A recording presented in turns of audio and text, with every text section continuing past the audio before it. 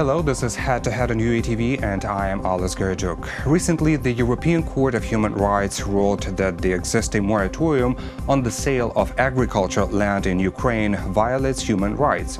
ECHR urged Ukraine to adopt a set of legislative measures that would ensure the balance in the interest of the society and individuals with farmland.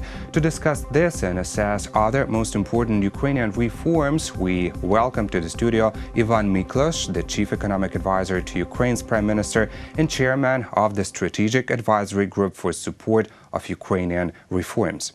Hello, and thank you for being with us. Well, it's a pleasure to have you here. Yes. Thank you. So what does this decision mean for Ukraine, first of all? This decision is confirmation that what happened in 2001, when this moratorium was approved, is really bad thing. Not only from point of view of economic and social consequences, but also from point of view of human rights. Practically, it means that it is kind of definitive and official confirmation that those people, and we are speaking about 7 million owners who received this land in before 2001, that their rights were violated. They had also some economic losses because as a result of this moratorium, they couldn't sell the land, and only what they could do was to give to hire this land, and then because this moratorium to rent it out, you mean? To rent it out, yeah. And then because this moratorium, the price of this renting was much lower than in case of normal market, which means it was not the normal functioning market. And if we compare, for instance, the price for rent in Poland, in Slovakia, in Ukraine has better land, higher quality land, but the price for renting is just 30%, 40% of the price in this country, which means those people, I'm afraid, will have to write for compensation, and it could be also very costly for the Ukrainian state budget. But would foreign investors agree to rent Ukrainian land to develop some kind of production here? Yeah, they can rent, but the problem is that, as I said, the price for renting is much lower.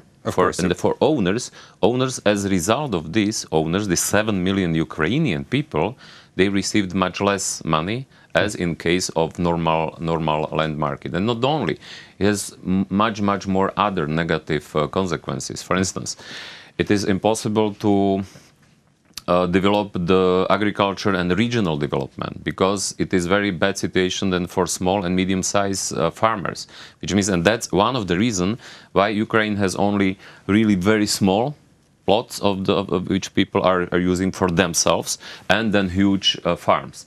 But Ukraine has there's missing this middle-sized and small and middle-sized farm sector, which is very important for every country. Yeah, another bad consequence is that it is no investment in the countryside, and one of the reasons why villages and regions are not developing, why people, especially young people, are leaving, because it was impossible to start small and medium-sized business. Another consequence is that also these shadow schemes are then developing, because if something is prohibited, then market usually finds a way how to overcome this, but then it is not official, which means it is also a source of corruption. I have to say that this moratorium from every sense is really bad and really stupid thing, and now we know that also anti-human right thing. Well, our MPs vote for it every year. They prolong it for another year and another year and another year, and always they do receive this condemnation. I mean, they do hear a lot of condemnation about this decision. But do you think that this ECHR decision could give some kind of a push for Ukraine's land reform? I hope, but the main reason for cancelling this moratorium has to be not the decision of the European Court, but they cannot oblige. But the reasons why. And by the way, the cancelling moratorium was one of the preconditions also for the tranche of the IMF. Of the IMF. Then, unfortunately, and government worked on this. Groisman's government last year prepared a law proposal for cancelling moratorium with very strict conditions how to do this. It was even agreed some kind of broader consensus in parliament and among stakeholders.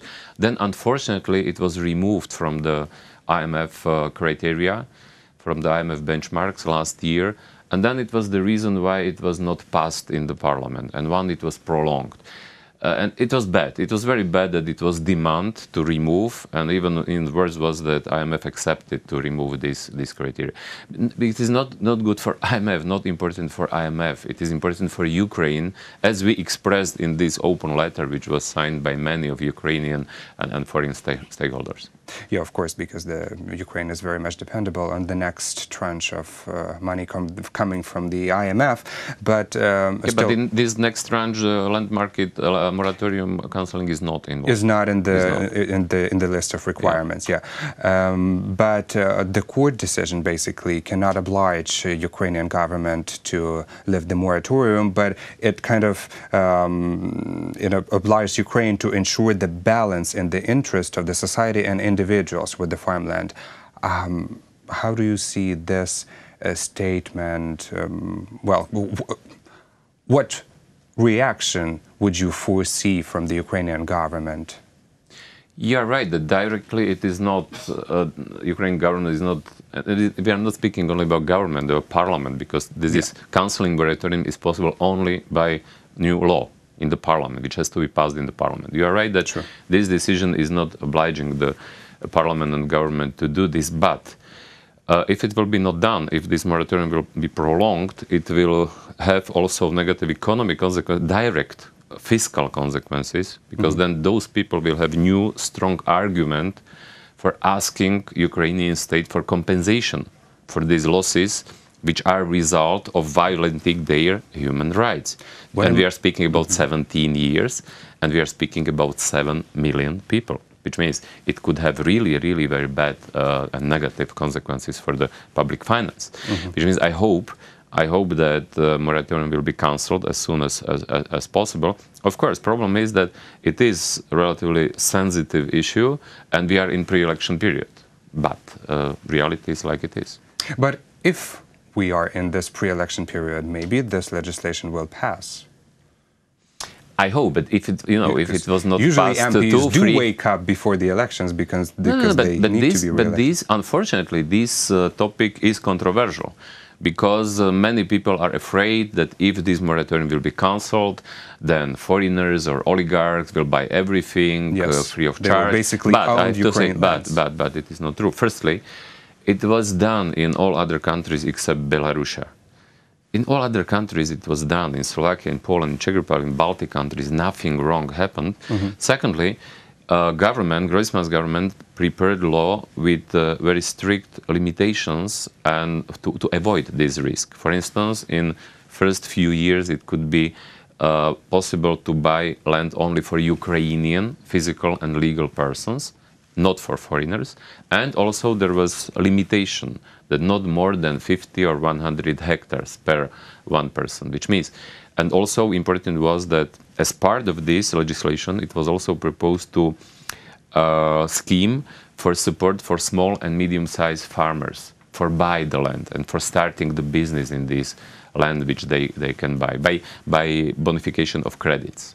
So there were some ideas how to regulate this process. Even law was prepared, and this was very unfortunate that the law was already prepared, but because demand to remove the criteria, landmark cancelling moratorium from IMF program, IMF accepted this demand, which was very strange in my opinion and wrong decision. And why would they accept it?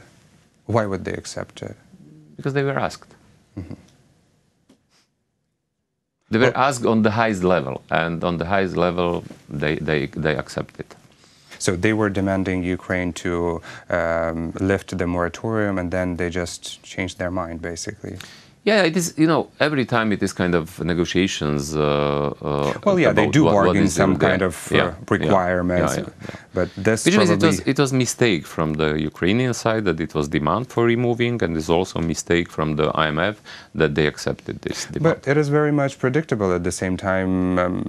I mean, keeping in mind that Ukrainian parliament is following the interests of Ukrainian oligarchs, and many oligarchs are the members of this parliament too. So, yeah, but it was interesting because at the beginning, when we discussed also with the parliamentarians, it was kind of expectation that these big agro holdings will be against, because for them it's better to have this cheaper land by renting. Yeah, of course. But then finally, it was even reached agreement also with representatives of these agro holdings that they agreed with the cancelling this moratorium. And despite of this, because they are very influential, of course, and they have some kind of support in the parliament, which means this is strange that finally it was even agreed some broader consensus and chance to pass this in the parliament. But because this removing from the program, it was not done finally. Now, after this court decision, do you foresee the moratorium will be lifted? I really don't know. I really don't know, because we are in just such a close time before elections. But I hope, I don't think that something wrong will happen. Of course, you have still problem that some populists will try to misuse this, will try to increase fears of the people from this. But it was in every other country, it was the same. It was very sensitive also in Slovakia when we did it. But it is necessary to explain people that it is not true. It is necessary to fight against populism. It is necessary to explain that what populists are proposing, for instance, prolonging moratorium, is against their interests. Against interests not only of those 7 million people, but also whole country interests. Well, just to conclude this conversation, how successful is Ukraine in its reforms, in the ongoing reforms? You mean in general? In general. In general, I think what is the on pace? one side, for the first time in Ukrainian history, after Euromaidan, which means during the last 4 years, country is really changing itself in a good direction, in towards functioning market economy, which means on one side, it was done a lot. At the same time, it is necessary to say that it was possible to do much more. But of course, it is always possible to do better. Yeah, which means we have progress. We are going in good direction. But it is very important not to stop, even if possible, to speeding up this progress. Well, let's hope we're going to speed up. And thank you so much for your interesting comments. Thank you. That was Ivan Miklosh, Chief Economic Advisor to Ukrainian Prime Minister and Chairman of the Strategic Advisory Group for Support of Ukrainian Reforms. Thank you for watching Head to Head. I'm Alas Gerjuk. Goodbye.